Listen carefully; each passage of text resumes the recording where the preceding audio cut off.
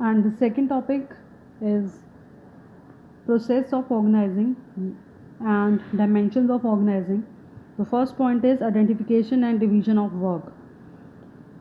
The total work to be done should be divided into specific jobs as according to the predetermined plans. It means the total work or the total objective that we want to accomplish, they are divided into some small units or the specific jobs we can say. Job, it is a set of related tasks that can be performed by the individuals. It should have specific and definite tasks to be performed. As far as possible, it should define expected result along with the job. Means job एक set है related task का जो कि एक individual के through perform किया जाता है.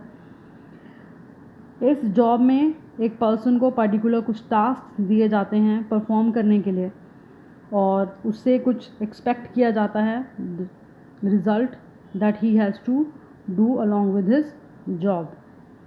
Then is division of work. Division of work actually it is done with the particular capabilities of the person so that he is able to achieve specialization. जो भी वर्क डिवाइड किया जाता है among the person, it is done according to their qualification, according to their capabilities, so that the person is able to achieve specialization.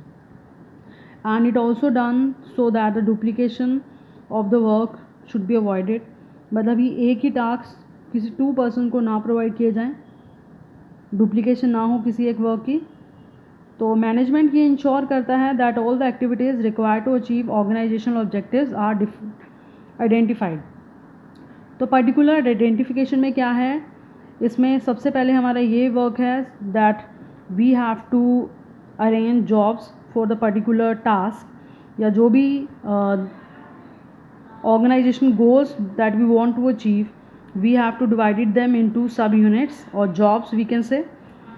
And once the jobs are identified or they are transferred into some small or specific task, then the work is divided among the different persons according to their skills so they can avoid duplication. Second is departmentalization. Departmentalization, it is grouping the similar and related jobs into larger units called departments. जो jobs they are related, they are grouping together, उनका एक group बना दिया जाता है, division कर दी जाती है उनकी या तो डिपार्टमेंट्स में, डिवीजन्स में और सेक्शन में. देखिए अगर हम एक तरह के टास्क को एक जगह ही रखेंगे तो उससे क्या होगा, एक तो हमारी वेस्टेज कम होगी, प्लस जो एक ऑर्डरली रिलेशन है वो बना रहेगा and it also facilitates to specialization. Second, the department are link together and are interdependents. There are some departments that are interlinked and interdependent. If they are very far from each other, then we are not able to create link between them. Third is aim at achieving coordination and facilitate unity of action. Departmentation can be done on the basis of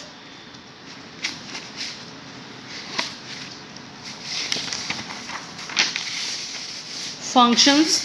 डिपार्टमेंटेशन जो है वो different functions के behalf पे किए जाते हैं. First जैसे marketing है, personnels, finance etcetera. Then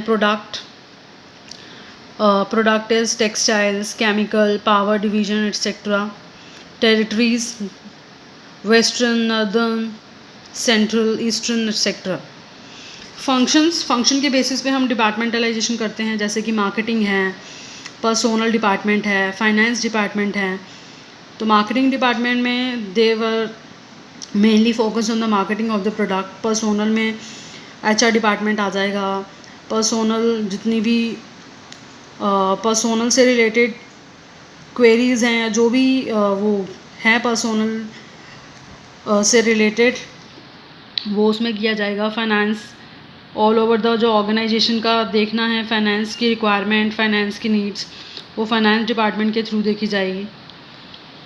product में डिफरेंट प्रोडक्ट यूनिट्स या डिपार्टमेंट्स बना दिए जाएंगे.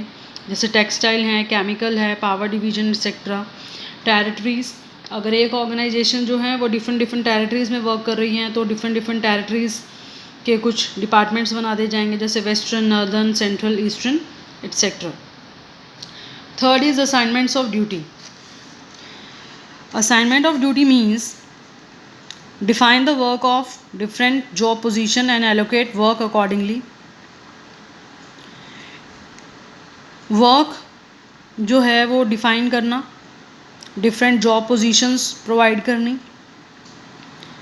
और वर्क एलोकेट करना उसके अकॉर्डिंग. जैसे एक ऑर्गेनाइजेशन है उसमें HODs हैं, डिफरेंट बोर्ड ऑफ डायरेक्टर्स हैं, उनकी डिफरेंट अपनी जॉब है, डिफरेंट उन्होंने डिसीजन मेकिंग, पॉलिसी मेकिंग करनी है. देन सेकंड आ जाते हैं managers, they are work according to their position. Then labour also work according to their position, और जो भी वर्क उनको प्रोवाइड किया जाता है they work accordingly. Second, once department are form, the department is placed under the charge of an individual. जितने भी department हैं they are under a department head. जैसे कि अगर हम अपने स्कूल के एग्जाम्पल लें तो देयर आर डिफरेंट हेड्स. जैसे कॉमर्स के HOD होते हैं, साइंस के डिफरेंट होंगे, तो दे हेल्प्स द टीचर्स और द डिफरेंट ऑर्गेनाइजेशन में इसलिए रखे जाते हैं head of the department, so they are able to cope up with the different situation. और अगर कोई प्रॉब्लम हो टीचर्स को या स्टूडेंट्स को, they are able to solve that. Jobs are assigned to an individual best suited to perform it. अब जितनी भी जॉब्स प्रोवाइड की जाती हैं डिफरेंट इंडिविजुअल्स को, वो उनकी कैपेबिलिटी को देख कर दी जाती हैं. इंडिविजुअल को जो बेस्ट सूट करे और जो एक्टिविटी वो परफॉर्म कर पाए वो उसको उसके बिहाफ पे दी जाती है. जैसे क्वालिटीज़ हैं उसकी qualification, experience, ability, aptitude of the people should be match with duties. Example, activities of finance should be assigned to the person having qualification and experience in finance. Example CA. देखिए इसमें क्या है, activities ऐसे person को देना, जैसे finance, अगर finance department का हेड हमने बनाना है या फाइनेंस के अंदर हमने डिफरेंट पर्सोनल को रखना है, actually they should have something knowledge about that, या they have qualification in particular field, experience of that particular department. जैसे CA हैं, they are able to cope up with that particular task, so duties are assigned according to the capability और the qualification, experience of the person. Then fourth point is establishing reporting relationship. First point is granting requisite authority to enable employees to perform the job satisfactorily. जितनी भी jobs provide की जाती हैं एक different personnel को, उसके साथ उसको कुछ अथॉरिटी भी दी जाती है. एज सो अगर such as responsibility and authority go hand in hand. If a person is given responsibility, he should also given some authority so that he is able to job satisfactorily. It means कि अगर हम किसी को कोई काम करने का responsible बना रहे हैं, that you have to perform such task, तो उसको हमें एक अथॉरिटी भी देनी पड़ती है. एज एग्जाम्पल है, जैसे कि मुझे अगर कहा गया है कि I have to produce 120 units, 120 units मुझे बनाने हैं within 2 days, but I am not giving the authority to take raw material from the raw material department, that how can I be able to produce. So authority go hand in hand with the responsibility.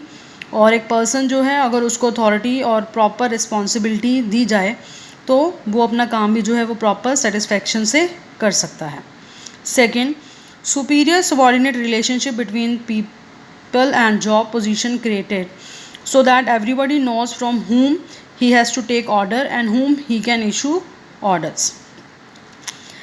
Different departments के, as in our prior point we have discussed that each department is given with a senior or the superior person.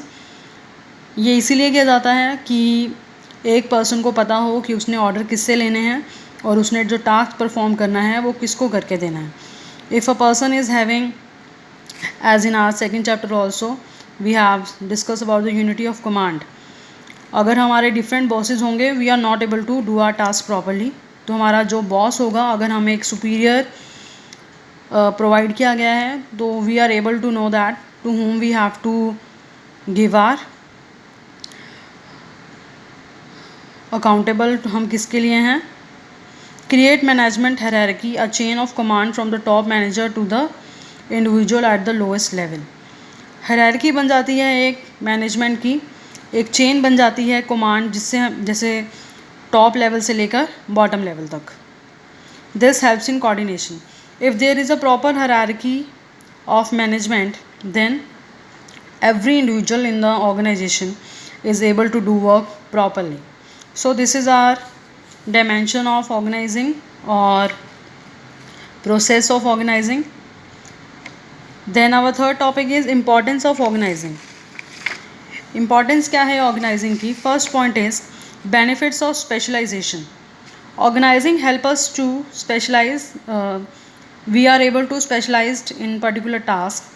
As we have discussed that एक individual को वही काम provide किया जाता है जिसमें उसको क्वालिफ़िकेशन है, और जब वो रिपीटेड टास्क वो परफॉर्म करता है तो इट लीड्स टू स्पेशलाइजेशन, मतलब वो उस काम में एक माहिर हो जाता है. Thus organisation promote specialisation which in turn leads to efficient and speedy performance of task. देखिए, अगर हम किसी काम में स्पेशलाइज्ड हैं तो वो क्या काम होगा? वो तो एक एफिशिएंट मैनर में होगा, बहुत अच्छे तरीके से होगा, वेस्टेज बहुत कम होगी या तो नहीं होगी बिल्कुल भी, और जो काम है वो भी हमारा, या जो टास्क हमें प्रोवाइड किया गया है वो भी बिल्कुल स्पीडी, मतलब कि बहुत जल्दी हम लोग कर पाएंगे उसको. Clarity in the working relationship. It means that the person who is provided with the task, he know, उसके माइंड में एक जॉब क्लैरिटी होगी कि उसको क्या काम दिया गया है और उसने क्या काम परफॉर्म करना है, और उसकी क्या अथॉरिटी है, क्या रिस्पॉन्सिबिलिटी है toward his job. And it will also creates a relationship of subordinate and superior, या सुपीरियर सबॉर्डिनेट रिलेशनशिप, जो कि ऑर्गेनाइजिंग में क्लियरली डिफाइंड किया जाता है. Third is effective administration. Effective administration means the person who are provided with the job, उसको अपनी job के बारे में पता है, उसकी ड्यूटीज़ क्या हैं वो पता है, उसको जो जॉब उसका डिस्क्रिप्शन है वो क्लियरली उसके माइंड में क्लियर है कि उसके क्या क्या टास्क हैं, उसका सुपीरियर कौन है, कहाँ से उसने ऑर्डर वगैरह लेने हैं. तो he is unable to work, जो भी वो वर्क है वो प्रॉपर एग्जीक्यूट करेगा उसको, और जो रिज़ल्ट हैं वो भी उसके इफ़ेक्टिव होंगे. तो इस वजह से क्या है, जो एडमिनिस्ट्रेशन है एक पर्सन के लिए वो प्रॉपर हो जाएगी. Optimum utilisation of resources. Optimum utilisation of resources का मीनिंग है that the person who is provided with the different job, वो क्या है, ओवरलैपिंग नहीं होगा. एक तो ओवरलैपिंग का मतलब है एक काम टू पर्सन या डिफरेंट पर्सन के थ्रू नहीं किया जाएगा, कन्फ्यूजन बहुत कम हो जाएगी, वेस्टेज कम होगी, और एफर्ट्स भी जो हैं वो ज़्यादा वेस्ट नहीं किए जाएंगे, बिकॉज उन्हीं पर्सन्स को वर्क प्रोवाइड किया गया है जिनके पास प्रॉपर क्वालिफिकेशन है एंड जो वर्क प्रॉपर वे में कर सकते हैं. Adaptation. Next point is adoption to change. Adoption to change means a properly designed organization structure is flexible. If our organization is proper flexible, मतलब कि we are desired to change. As we are taking the example of our school, now there is a situation of this COVID pandemic. So due to our flexibility, we are now, as we are studying online with the help of internet. So if these facilities are not available or we are not adopt to that change, so it will not be possible.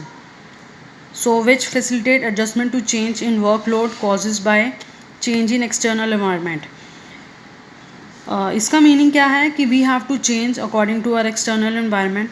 अगर हमारे external environment में कुछ भी changes आ रहे हैं तो technology के related, product के रिलेटेड, रिसोर्सेज के रिलेटेड और मार्केट के रिलेटेड, देन क्या है, हम लोग को भी चेंज करना पड़ेगा. 6th point is development of personnel. Sound organization encourage initiative and relative thinking on the part of employees. एक जो प्रॉपर ऑर्गेनाइजेशन स्ट्रक्चर है, इनकरेज इनिशिएटिव मतलब कि पर्सन्स को भी इनिशिएट करने का मौका दिया जाता है ताकि जो एम्प्लॉयज़ हैं वो भी इनिशिएट कर पाएँ, और जो मैनेजर्स हैं वो भी अपनी डेलीगेट करते हैं अथॉरिटी.